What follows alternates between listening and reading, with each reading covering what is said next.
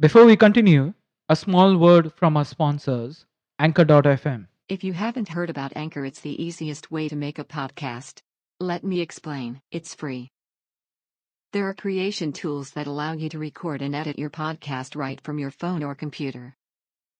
Anchor will distribute your podcast for you, so it can be heard on Spotify, Apple Podcast, and many more. You can make money from your podcast with no minimum listenership.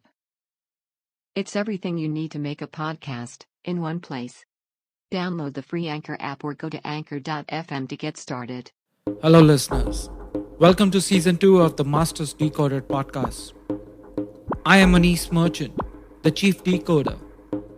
I want to thank you for the overwhelming response to Season 1. Your feedback and encouragement led me to bring you Season 2 of the Masters Decoded. The season will tap into how technology, artificial intelligence, and other socio-economic factors have impacted my guests' careers or passions. My next guest on today's episode is Romil Barthwal. Romil is an Indian Army veteran who's currently following his art and is CEO of India's top high-altitude mountaineering company, Boots and Crampons. A mountaineer and impact maker, he is an endurance runner by passion and has done many half-full and ultramarathons. He is an alumnus of IIM Lucknow, trophy winner, and the National Defense Academy, Pune. Without much further ado, let me get on with it. Hi, Romil. Welcome to Masters Decoded podcast series. Really glad to have you on the show. Thank you so much, Anis. It's a absolute pleasure to be here. I've seen the kind of listeners you've been, the kind of speakers who've been there at the podcast, and I feel really privileged to be here. Thank you so much for inviting. No, it's my privilege. Candidly, I've never had anybody on the show who's been to Mount Everest and touched the summit. And you are the first.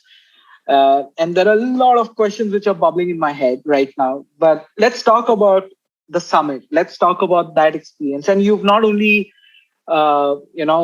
I would say conquered the summit, but you've had many other mountains and peaks which you have been able to traverse. So yeah, let's talk about Everest and how's that entire experience all about? That's a great question. But I must say that Everest was not one of those wherein I was born with a thing in mind that I'll climb Everest someday. It just happened. And that's why I say, preparation, hard work, everything is fine. But then luck is one thing. If luck is with you, as there's a famous dialogue of Shah Rukh Khan, if you want something, the whole world conspires to give you that. And that's exactly what happened. I did Boston Marathon. I was looking for some challenge. Then I got into ultras. And there was a time, once you achieve something big for which you've been really preparing hard, then the moment you achieve it, there's a vacuum. And this was the vacuum which came. And then suddenly God gave me through Army, I got this opportunity to lead a team to Everest. And that was it. I grabbed it with all my capabilities, and that's how it happened. There are movies made on Everest, like how people have gone to summit and people haven't survived. The mere souls like us will never imagine what kind of issues which can come along the way. I have seen your few social media handles, and I have seen some pictures where your face is literally black. I thought it's frostbite. I don't know if it was frostbite or it was something else. But it's not an easy experience to, like you said, you've been an ultra marathon runner, you've done Boston Marathon, you've done various running. How was that running compared to climbing Everest and that grilling weather? Right. So, there's one thing called running, which is at sea level most of the times, be it Boston Marathon or anything else. And then there's another thing called mountaineering.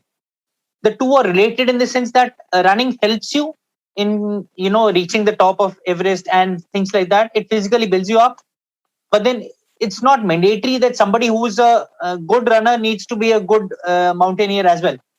So yes, as I said earlier, it definitely helps, but then it's no criteria that a good runner is going to be there. So having said that, let me share an experience wherein my first expedition with the army, once I was decided to be leading the Everest, was a pre-Everest expedition to a very famous mountain called Mount Stokangri, which is there in Leh Ladakh. Hmm. Everybody says that Stoke is easy, and this is what was there in my mind once I went for the first expedition, thinking that I've been into ultras, I've been into marathons. So if people say it's easy, then it's going to be damn easy for somebody who's into ultras and such endurance sports. And believe you me, it's damn tough. Okay. Unfortunately, the people who say it's easy are the ones who have never done it, because anybody who's done it, I've never met anyone who's done Stoke Angry and says that it's easy. So, Hmm. it's not easy. I had a very tough time, but then that was a big learning. As I always say, if you do mistakes, it helps you in future. So these mistakes in lower mountains made sure that my final summit to the Everest was a, super successful one, if I may say that.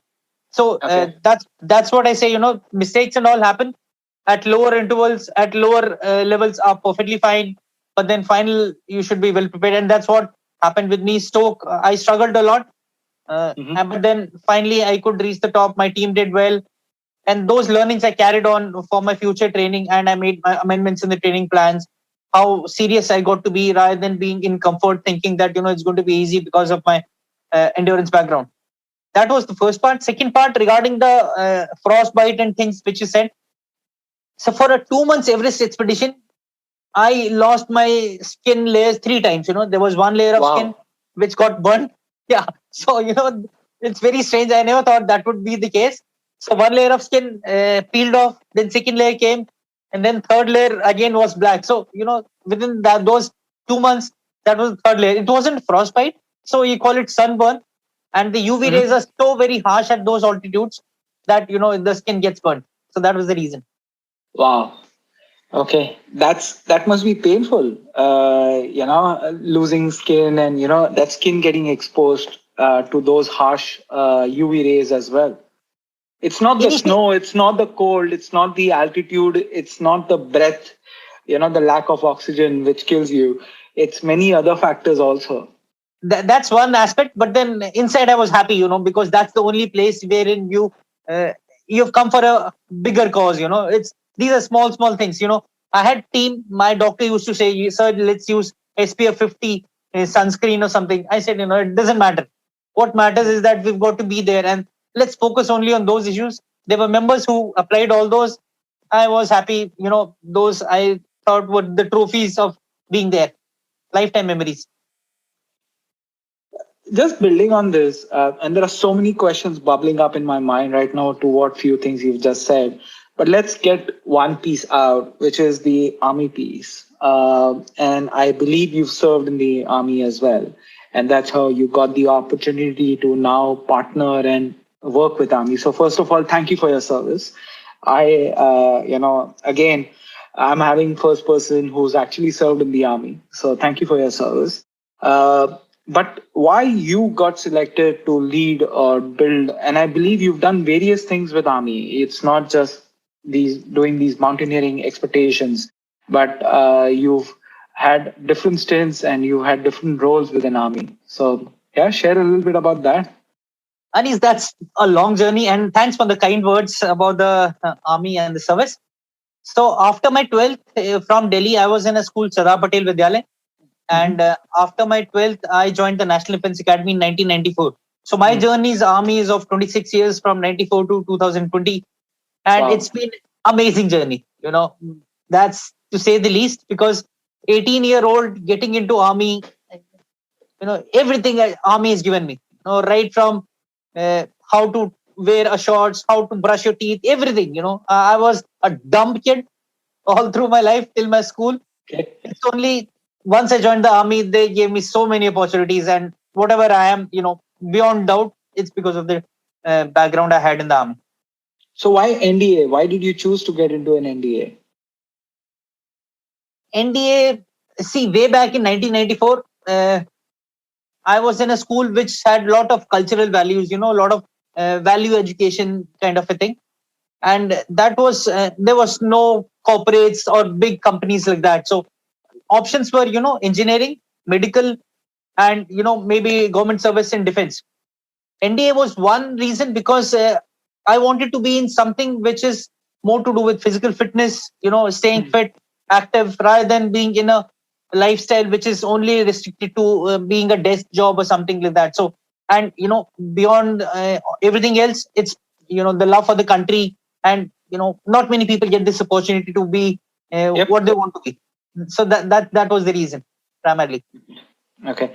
I know the code of conduct. There are a lot of things which you can't say about your experience at Army because it is national security and confidentiality. So I will not double click on that for sure.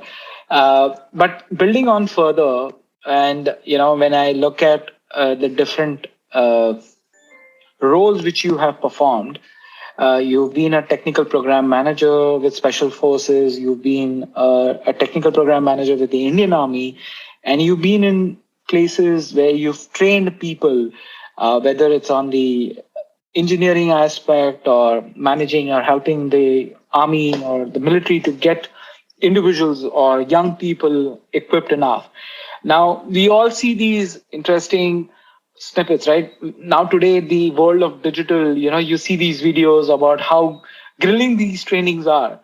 But you yourself have been through it. And now you are a mentor and a coach and a trainer for these aspiring individuals. How do you approach training, skilling somebody to be ready for circumstances which nobody might have experienced? So Army that way has got very good protocols and standard operating procedures, and those have been time tested for decades and many years. So that way the system in Army is very nice. Their physical aspect is one thing which is generally visible to the outside world, but what Army trains you is train your mind, your mentally, not just the books which you read. It's about the daily schedule which is there. I remember the first few days of the National Defense Academy. Once I reached there, after 10 days, there was one instance wherein I was crying very loudly in the morning, and one of my seniors, he walks up to me and says, "Romil, what's happened? What's wrong with you?" And I was telling him, I said, "Sir, initially I thought it's ragging, first 10 days or something, but then I realized now, this is the normal which is going to be there for all my life, and I don't think I'll be able to sustain it for 3 years of the National Defense Academy training or subsequently." And this guy told me something which I've always carried in my life. He said, "Romil, don't think about 3 years. Think about the one next step which you're going to follow. Like, you wake up in the morning 4:30, you've achieved that target. Next target is going to the bathroom. We have common bathrooms there. You don't have individual cubicles. So you go to the common bathroom. If you go there on time, finish it off in time, that's one target achieved. So if you keep small targets, you'll feel happy that you've been an achiever, and that'll prepare you well for the next target, because you have that confidence that you have achieved. So same thing carried on for Army as well. Once I was doing Everest, I remember the first time we saw Mount Everest, we couldn't believe that we have come here to summit that high a mountain. It was like this. You were seeing, up and up in the sky. And inside me, I was thinking, what was I thinking? I'm going to climb this mighty mountain. How could I? But then this thing, the teaching of 25 years back, which my senior had said, that, don't think about the Everest, think about the next step. And that thing, a similar thing I tell to whatever people I train, be it the endurance sports, be it the Army as a program manager, or, looking after or technical advisor to the bosses, that, let's think about how we can improve small aspects. Don't think too much. Have that as a target, but then think about the next aspect, how to reach there. So that's what I've been following all through my life. But running a marathon is not about that next step. It's playing that long game, right? Because you have to pace yourself out. Okay. And, when you're running a Boston or you're running an ultra marathon, while you have every mile or a kilometer which you have to keep in mind, but you also have to keep a lot of that self-preservation in mind, right? That you're breathing properly, your posture is right, your steps are, going properly. I cannot run. I have a problem in my leg, so I cannot run for a living. I did try that, but it hurts my knees and my legs because of the way my leg is. But if I just look at any marathon runners, right? I have a lot of friends who have done these marathons. They've not done ultra, but they have participated in the Bombay Marathon, or they've gone to international and they've ran that. But marathon is a long game. It's not a short game. It's not like that sprint. It's not like that one next step. It's that 100 meters or 200 meters. So how do you? Because it's interesting, right? Like what you just said. Think about that next step. And marathon is thinking about that 42K or 21K or 5K, whatever you're trying to run. How do you switch minds, or how do you plan that? Because that itself is a big planning, and ultra is a different level altogether. Right. And so that's a great question. So what I meant by saying that was, you have the target in mind, but then you don't have to think. For example, once you start the marathon, you don't have to think about 42nd kilometer that, otherwise you'll get tired if you think, you'll have to do that much. There is a perfect plan in place. Since you mentioned about Bombay Marathon, let me tell you an instance. 2015, I was preparing for the Boston Marathon qualifier, which was Standard Chartered Mumbai Marathon in those times. So I started the run. The training was fine. Just that, somewhere I lost my focus and I started very fast. It's poor execution. Once I look back, I realized, that training was fine, and whatever gear was fine. Everything was perfect. It's only the execution part. While running the run, I made a big mess. And the moment I finished the run, I realized, I had not improved. 2014 Mumbai Marathon, I had clocked 3 hours 28 minutes. 2015, again, Mumbai Marathon, I clocked 3 hours 28 minutes. And that was a big setback. Because if you think of it, 1 year, very dedicated training, and I had not even improved 1 minute. And I was dreaming of doing a Boston Marathon, for which I had to improve, 20 minutes more. So I felt, I'll never be able to do that. So then what happens, you go back to storyboard. 2016, I again came back after 1 year of training. And this year I clocked 3 hours, 10 minutes, cutting down 18 minutes. Wow. And once you're at your peak, 18 minutes is a hell lot of a time to cut. Yeah, I can very well appreciate that. So things which made the difference was, planning was right, preparation was right, the execution part, which was not correct in 15, that, I amended, and then I made the difference in 2016 once I qualified. So a lot of factors, as you know, you've been having a lot of friends who are into marathons. Everything has to fall in place. Your diet, your posture, your nutrition, your gear, the weather. There's so many things which are beyond your control. Yeah. Only once everything falls in place, then you get a personal best, PB, which is that fancy word. And once that is only possible once you get, and obviously good luck. So all these things make you achieve your personal best. Building on what you've said early on, and you mentioned about few things that when you achieve certain things in life, you have a vacuum created. You mentioned that. Yes. And you said, okay, what next? Okay, now the biggest is Mount Everest, which I should achieve. And before that, I know you've prepared and you've conquered other mountains as well along the journey. Now, after you achieve the summit, did you feel that sense of vacuum, or what happened after that?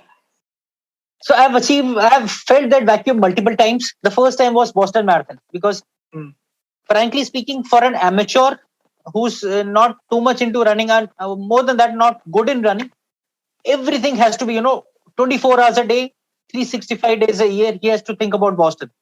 Yeah. Everything revolves around that. And once you achieve it, then you get that vacuum that, now I have 24 hours to do, and what to do, so many other things, but then not one aim. So that thing happened. Then Everest came. As I said earlier, I was lucky to get Everest. Once I did Everest, then I was again, iske baad to ab there's nothing. What do you do? Yeah. You've done Boston. You've been special forces, which was a dream the moment I joined the army. So once these things happened, then God gave me this opportunity of building up this venture called Boots and Crampons. The company, I met them during my Everest, and as we say, if you spend your difficult times together, the bonding is on a different level. Yep. That's exactly what happened with the company. I had my other founder, Bharat. He was there. He was taking a team to Lhotse, which is again having the same base camp as the Everest. We both connected, and then we realized, even if we have to do any shop or anything, it has to be together. And by that time, Bharat had already established the company, and I joined once I left. And since then, this is my next target, which I've been looking. And I doubt if I get a vacuum after this company. So that is taken care of. Okay. So let's talk about boots and crampons. I think it's a good segue to that aspect. So what do you guys do? What's the focus of boots and crampons for the listeners? Right. So Boots and Crampons is a high altitude mountaineering company. So in the sense that me and my partner both have done Everest and both have a similar mindset. We are not the business guys, but then we are slowly learning, as we evolve doing it. But the main part is we both love what we do. It's mountains. We both keep fighting that, I lead this expedition. He'll say, no, let me lead this. So that's one thing which keeps going between us, and we just love it. So most of the time we are always interacting. What should be the next expedition? How can we challenge that? How do we make it more interesting? And our aim is to, make sure that lots and lots of people get to explore what we have learned. We love doing something. So I let my children do it, my wife do it, my family, my relatives. And then, after that, we want other people to explore that, there's so many things outside the, your 9 to 5 job, or, which helps in fitness, which helps in nature, which helps in, learning so much more about you, which generally you're not aware because of, that 9 to 5 kind of a thing, or always being glued to the screen. So there are a lot of things which can be done, and we are trying to do just one aspect of mountaineering by covering that. I'll just share a small story. This weekend, me and my wife, pandemic has impacted all of us, and we were not able to go out anywhere. And I just, made an impromptu plan on Friday. I said, we need to go out somewhere. Just let's go for a drive. And, I stay in Bombay. So there are 3 or 4 areas around Bombay where you can go, right? Typically, Bombay guides will go to Mahabaleshwar or Lonavala, Khandala, right? Those are what is called the hill stations in India from that perspective. But there was something in my heart, sometimes you just feel you don't want to go to that place for some reasons, right? Whatever. Yeah. Whether it's the Almighty saying, don't go there, it may be dangerous, or whatever the case is. Yeah. So I was not in mood to go towards what the south part of, India, let's say Pune or Lonavala, Khandala, right? So like southern part. But I was like, okay, can we explore other areas? So I'd never been to Igatpuri, for example. And Igatpuri is known for its plateau, the famous plateau and all of the aspects. So I said, okay, let's just go drive there. So I don't know where to go, by the way. So I'm just like, just taking my car out and I'm just on the way. Great. And believe me, and I didn't know where this place existed because I've never been there. So I don't know how to reach there. Yes. I somehow, there is more story to it. There was a puppy on the road, really newborn puppy, who came in front of my car, right? And I just stopped my car in middle of nowhere. Like I was almost on the slope. And I said, to my wife, this puppy will die if I take my car ahead. Or if I take above it, trying to test my driving skills. If he just moves because he might be scared, it might die. So let me get out of the car. I'm on the hill. I've put my handbrake on, take that puppy with both my hands and put it on the side. And it was raining. Bombay is getting rains right now. It was raining. It was shivering. I could see that. I really wanted to take it in my car and take it home. But, I just didn't want to do that because the mother may be around and probably want to leave that. So I put the baby in the shade. And probably that my good deed took me to this place, I would say. And it was beautiful. Today when I look back, it was in the middle of that valley, right? I could see mountains everywhere. It was green everywhere. It was so beautiful. And I came back fresh. I'm so fresh in my mind and everything I'm doing right now. I have that level of an energy. And I really know what you're talking about, right? That, we often, human beings, miss out on nature because of our work, because of, and we've got this such a beautiful thing, right? No I will not use that. No OTT platform or no, screen can give you that peace and calm than what nature can give you. I don't know if you agree to that, but absolutely. That's the reason we do what we do. That's exactly the reason. So, just building on it, and my wife and we were talking, building on that story that, what would it take to climb that mountain? Now, me being a heavy guy, it's not for everyone to go up there. And it takes a lot of physical fitness. It takes a lot of mental energy. How do you ensure that when you're taking a group, because you have a responsibility, even when you did the summit, you had a responsibility. You could afford the 3 layers of the skin coming out, but I'm sure others, you have that endurance because you've been in the army, you've seen many things. Others may have not been in that situation. People, you might have had marathoners, right, who would say, I can run marathon. What is summit? So how do you get others prepared for that mental aspect? Don't treat this lightly, or it's not like if I come to you, would you say no to me? You shouldn't be climbing mountains. Like, how do you prepare somebody for that? Wonderful. So, that's precisely the point people ask us, once we do various kind of climbs. So that's why what we do is whenever we are coming up with an expedition or a trek, we rate it, as if, it's beginner level, it's a moderate level, or it's a difficult level. Like, let me share an example. Yesterday, there were few people who filled up the form for coming with us for for a trek to a place called Gurez in Kashmir.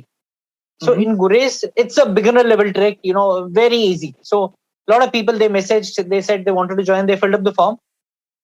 And so suddenly I realized in the form they had mentioned there were 4 to 5 people, 98 kgs, 99 kgs, 95 kgs. And then I sent that message in the group. We have a WhatsApp group made for those people who were joining us. So I said, it's easy. We are saying that, but then easy doesn't mean it's a picnic. So you have about 1.5 months for that. You have 1.5 months for that. We'll still be able to drag you to the place and come back. But then if you really want to enjoy, you better slog these 1.5 months. If you do it well, we'll tell you what to do, how many steps to do per day, how many, squats to do. So we generally train the people who come with us for various treks, and we allot them treks based on their physical capabilities. And we ask them, if there's any medical condition, if they're obese, stuff like that. So in this case, this is a very beginner level trek. We have children, 8 years, 9 years, they are joining as well. So it's doable. But then if you prepare well, of course, you're going to have a good time. So that's how we categorize and divide them and suggest them that this is the kind of trek you should be doing rather than the one which you opted for. Very interesting. Now, some people may not take it seriously. Right. They might say, oh, yeah, we've come prepared. Right. And this can lead to a situation where they put everybody else at risk also. Right. These easier treks, I believe, there's not much of risk. But, you can never say, right? Nature can have many things in store for you. You never know what nature throws at you. How do you ensure that, because this is almost applicable in a corporate setup also, that, have somebody in the team who presumes or fakes it and can put the entire team at risk, or an entire program or a project at risk. It's almost a similar aspect when I relate to mountaineering. How do you ensure that those people are in check? Because now they have landed you have to take them because they have landed there, right? You can't say, no, you can't. Right. So that's why what these people do is they'll send every day on WhatsApp, they send a screenshot. I have done this much amount of training in these many hours. So if a person is not doing it for 3-4 hours, my team is going to ping them back. What's wrong? What's the problem? If there's anything which we can do. In spite of that, there have been instances like there was this lady. She had come with us for the last trek which we did. She joined us from Pune. So she came for the trek. And before that, I asked her, I said, ma'am, hope you're fit. She was from the army. So I know that, what she has gone through and all. But then being in the army for 15-20 years, she was not in the peak of fitness. And she was from the medical fraternity. So in the COVID war, she was that ward for 1.5 years. So she couldn't, devote that much time. So she landed up and she was there. She said, Romil sir, मैं तो अंताक्षरी खेलने आई थी. यहाँ पे तो मेरा मुश्किल हो गया. It was so much fun. I said, ma'am, doesn't matter. We'll give you a separate dedicated guy because, you've come here, you have the will to do it, Though you say that, you were not expecting, but then you are ready to push. And that was because of her army background. That mentally she had done it earlier, just that she was not fit. So this lady was not able to go to the top of the summit. But then whatever she did, was much more than what she was doing at home. Okay. She tried a lot, and after that she gave such wonderful reviews. If you check her Google review, you would be so happy to see that sir, I never expected I would be able to do that at this age, but then I've been able to achieve it. And though I've not been able to reach the summit, immaterial, because whatever I've been able to achieve, that's my summit. So Yeah. as I say, everybody will not be able to reach the Everest, but if you try, you'll be able to reach base camp, you'll be able to reach some other mountain. And if you don't try, as such, you're not doing anything. So might as well give it a try and build it up. So you've been saying base camp. Base camp is not ground level, right? It's also a height. You have to climb. You know, there are things which say, oh, you can go with helicopter to base camp, right? Which is not true also. You have to climb to base camp. And many people give up at base camp and they have to come down back. Is that correct? From my understanding? You're absolutely right. Base camp is pretty high. So all those people who think base camp is sea level, you are sadly mistaken. It's at a decent height. Thank you for clarifying that. Now, speaking to you from an army background, and you've had, I would say, operations which you had to uncover because of army, and then now you also have a corporate career, I would say, with boots and crown. Doesn't feel like a corporate career. It feels like you're having fun, which is great to see. Are there any moments which have etched in your heart and you say, okay, achieving summit, achieving the Boston Marathon, yes, there have been significant wins, but have there been something outside which really makes you feel, okay, this is why I'm doing what I'm doing today? There have been a lot of instances which have really been close to my heart apart from Everest and Boston. I'll give you a recent example. Once I left the army, we were doing an expedition. It was in Uttarakhand, and we had this army guy. So this army guy who was there, part of a team, was excellent in physicals. He was the best in the mountain courses. He was the best in cross country. Unfortunately, his body was not able to acclimatize well for the expedition. So, and what happened was, the initial signs which are there of acute mountain sickness, the buddy, he was there, and he also tried and hide. He was successful in hiding all those things. So morning 3:30, his tent mate gives me a shout. I was in the adjacent tent. He said, "Romil sir," and in mountains at those altitudes, things really get quite risky. So he gave me a shout. I went to the tent. I realized, he was in acute level of mountain sickness. Oh.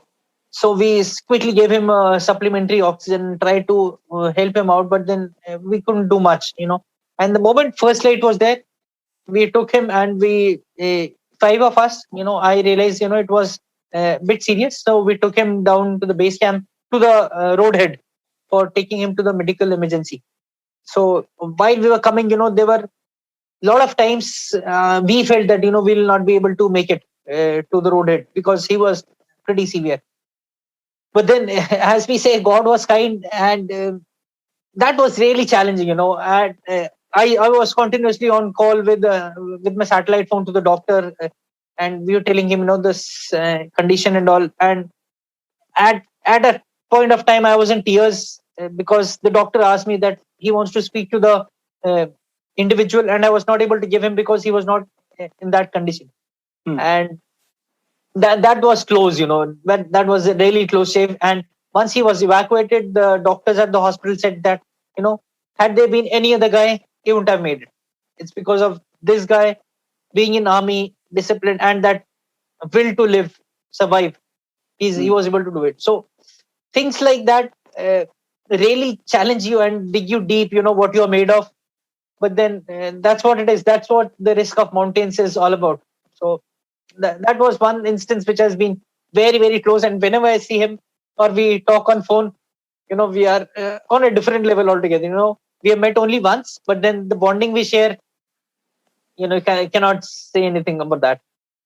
Talking and having this conversation makes me feel that I should also get fitter more. I'm already on my fitness path, but I should get fitter more so that I can meet you and join you in one of these expeditions. I really want to do that. Thank you for sharing some of these stories. It just motivates me further. But building on from here, you've just not taken it easy in life.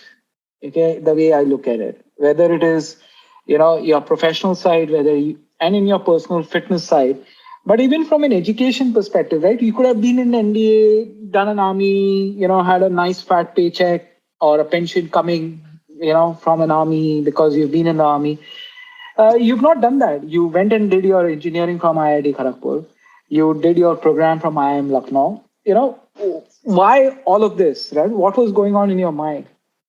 So, Anis, let me share something.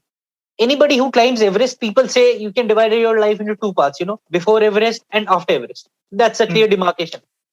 In my case, more than Everest, it's been IIT Kharagpur.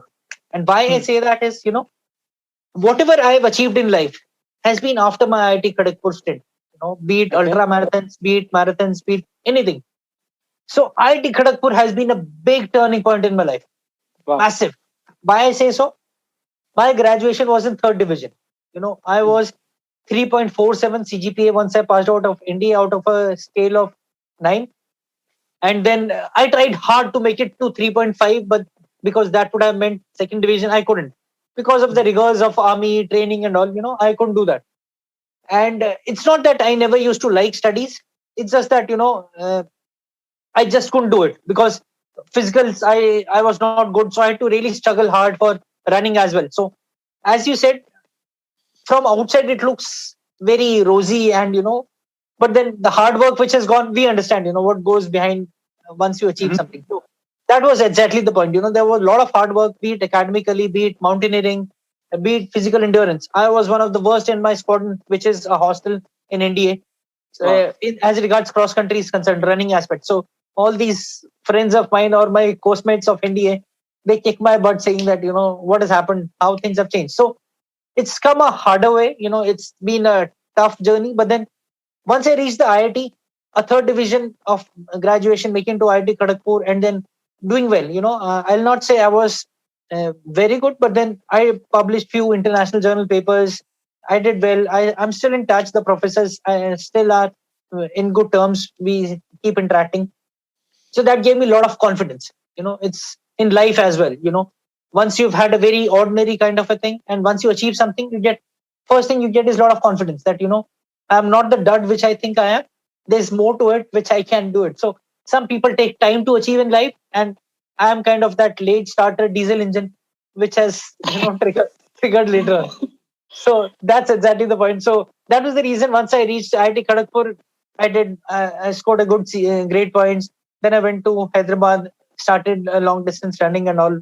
Good company, good people around. So that's how things changed. And since then, I've realized, since I tasted success, I realized that, if you give your heart and soul, the success which you get is, worth it. And if it Hmm. is worth it, you try and do it for, be it Everest, be it boots and crampons, be it ultra marathons. So it's just that, you've tasted it. So you want to achieve more and more out of it. And that's why you're going to pay the price for it. No, Romil, I think, sorry, I will use that word, the diesel engine, right? The slow start. There are many individuals like that today, and they either, there are two situations for them. They can keep pressing on the ignition, okay, because that's what happens with the diesel engine, right? It takes time, you just have to keep at it till the time it starts. And when it starts, right? There's no looking back. Right. And some people give up because in life they will say nothing is going to happen so that they cave in, and then they will just stagnate their careers, they will stagnate their jobs, they will they build that ceiling. We often talk about these glass ceilings, but they build this ceiling by themselves, not by anybody else, right? They say, because of the circumstances and the way I am, and these are my limitations, I may not be able to break it out. But you are one interesting story which has been able to break those limitations, break those ceilings, the way I just heard your story. Right. What will be your advice to them? Great. So, again, I'll give you my personal example. I was 34 years old. I had my elder daughter was born, and there was a time when I was having that glass ceiling, and I still remember I used to think that this cosmate of mine in India, he has achieved so much. This guy, he has achieved this. everybody around, I could find some quality or something which is standing out. And I felt, why did I come to the planet if I'm not able to contribute anything, if I'm not able to justify my existence? Everybody has that kind of point in life, wherein you justify your own existence. What am I made of? What should I do in life? If you're able to bounce back from there, you can break that ceiling.